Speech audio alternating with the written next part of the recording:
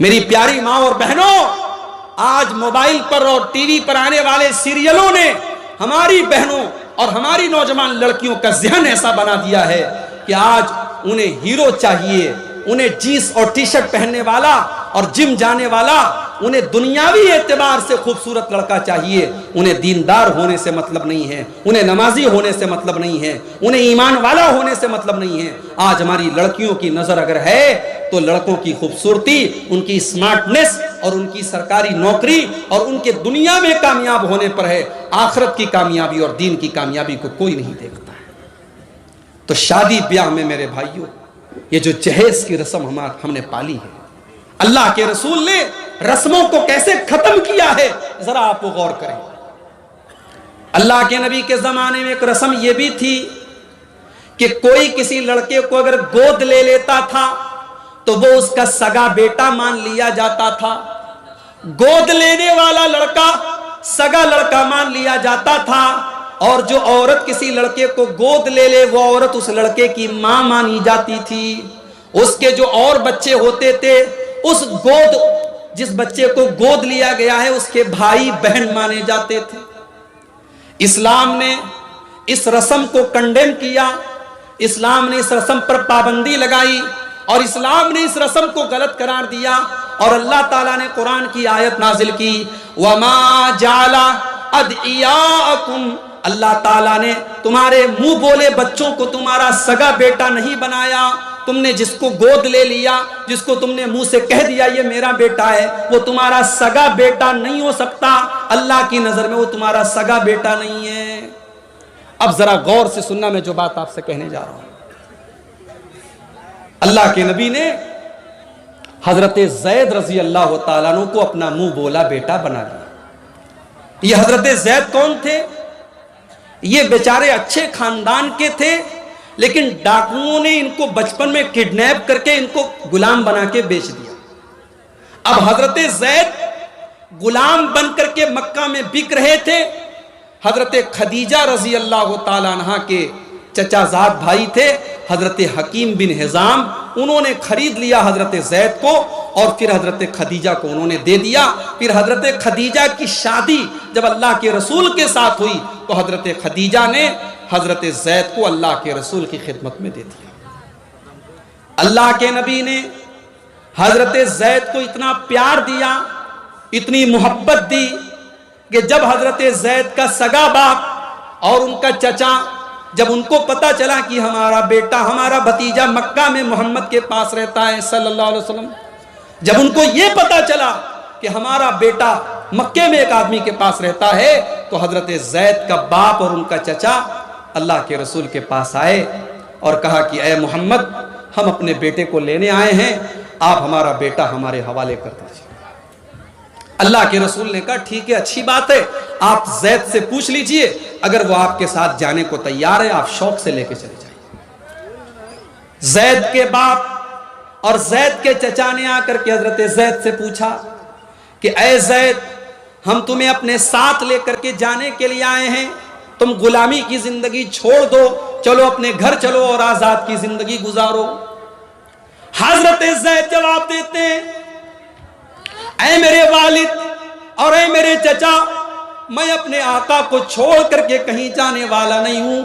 میرا سگا باپ بھی اتنا پیار مجھے نہیں دے سکتا تھا جتنا محمد رسول اللہ نے مجھ کو دیا ہے۔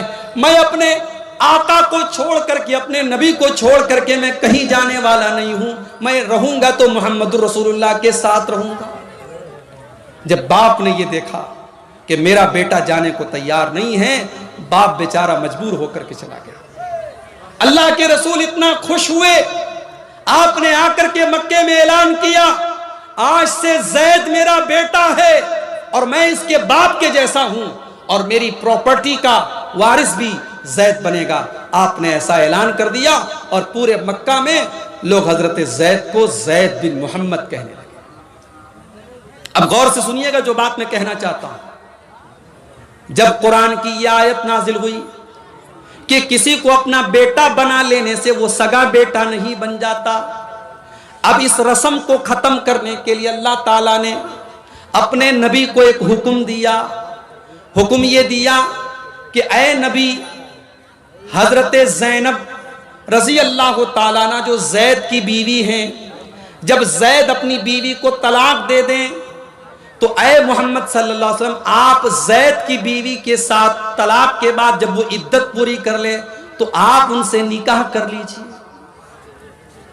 اللہ کے رسول کو اللہ نے حکم دیا کہ آپ اپنے منہ بولے بیٹے کی مطلقہ بیوی کے ساتھ جو سماج کی نظر میں آپ کی بہو ہے، اپنی اس لڑکی کے ساتھ، اس عورت کے ساتھ آپ شادی کیجیے۔ کتنی بڑی بات ہے۔ آج ہمارے سماج میں اگر ایسی کوئی رسم ہو اور آپ سے میں کہوں کہ اس رسم کو توڑ دیجئے تو آپ کے پیشانی پر بل پڑ جائیں گے، پسینہ آ جائے گا آپ کو کہ اتنی خطرناک رسم۔